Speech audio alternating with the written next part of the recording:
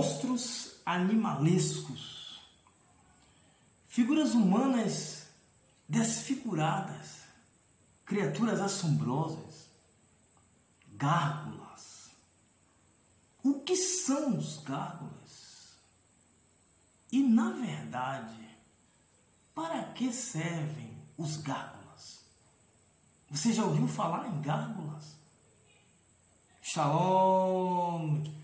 Tudo bem? Seja muito bem-vindo ao nosso canal Pergunte a Jartov.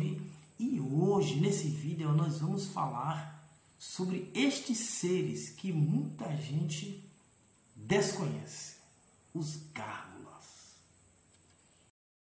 Bom, existem dois tipos de gárgulas, dois tipos de uso dos gárgulas.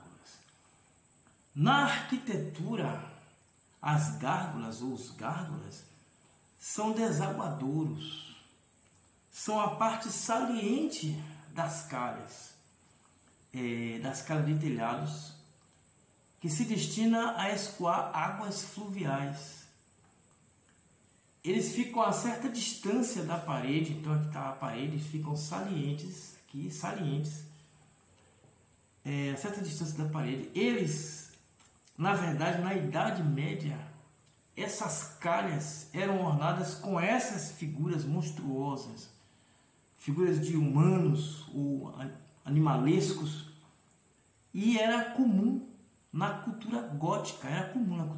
Você enxergar paredes que tinham gárgulas, tinham calhas, e as calhas eram ornadas com gárgulas. Então era uma figura entalhada. Esse é o primeiro uso de gárgula, como figura entalhada, para que quando a água da chuva viesse, a água não escorresse pela parede.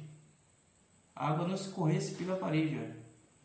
Então ficava aqui, a água caía nos gárgulas e descia direto para a rua.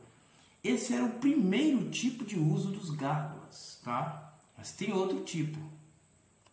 Gárgulas também eram uma espécie de animais com garras, que eram, na verdade, sinal de advertência contra o comportamento dos pecadores.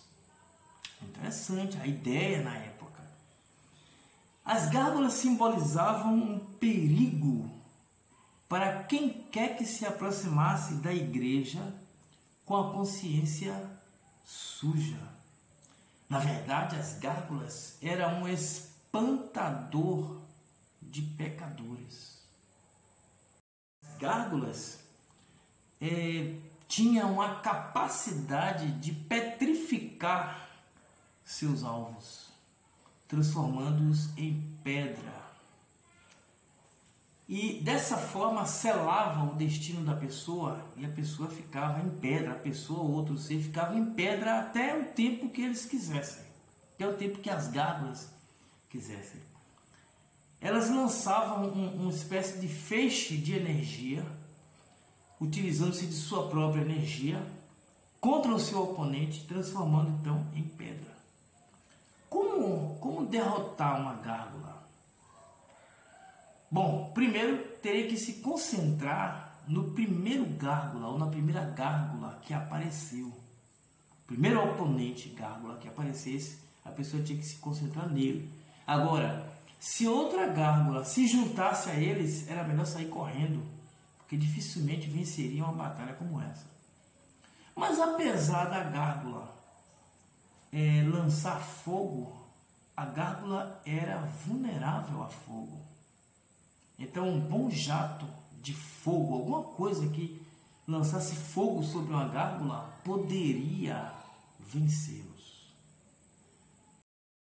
Essa é uma história curiosa, tá? De tempos antigos. Lógico que se trata de uma lenda, mas a ideia que se tem por trás é a mesma ideia de uma carranca que estava ali para espantar maus espíritos. Só que no caso da gárgula era para espantar pecadores. A igreja ornamentava suas paredes com gárgulas em várias direções para espantar os pecadores. É esquisito, para nós hoje, mas pegue assim a ideia da época.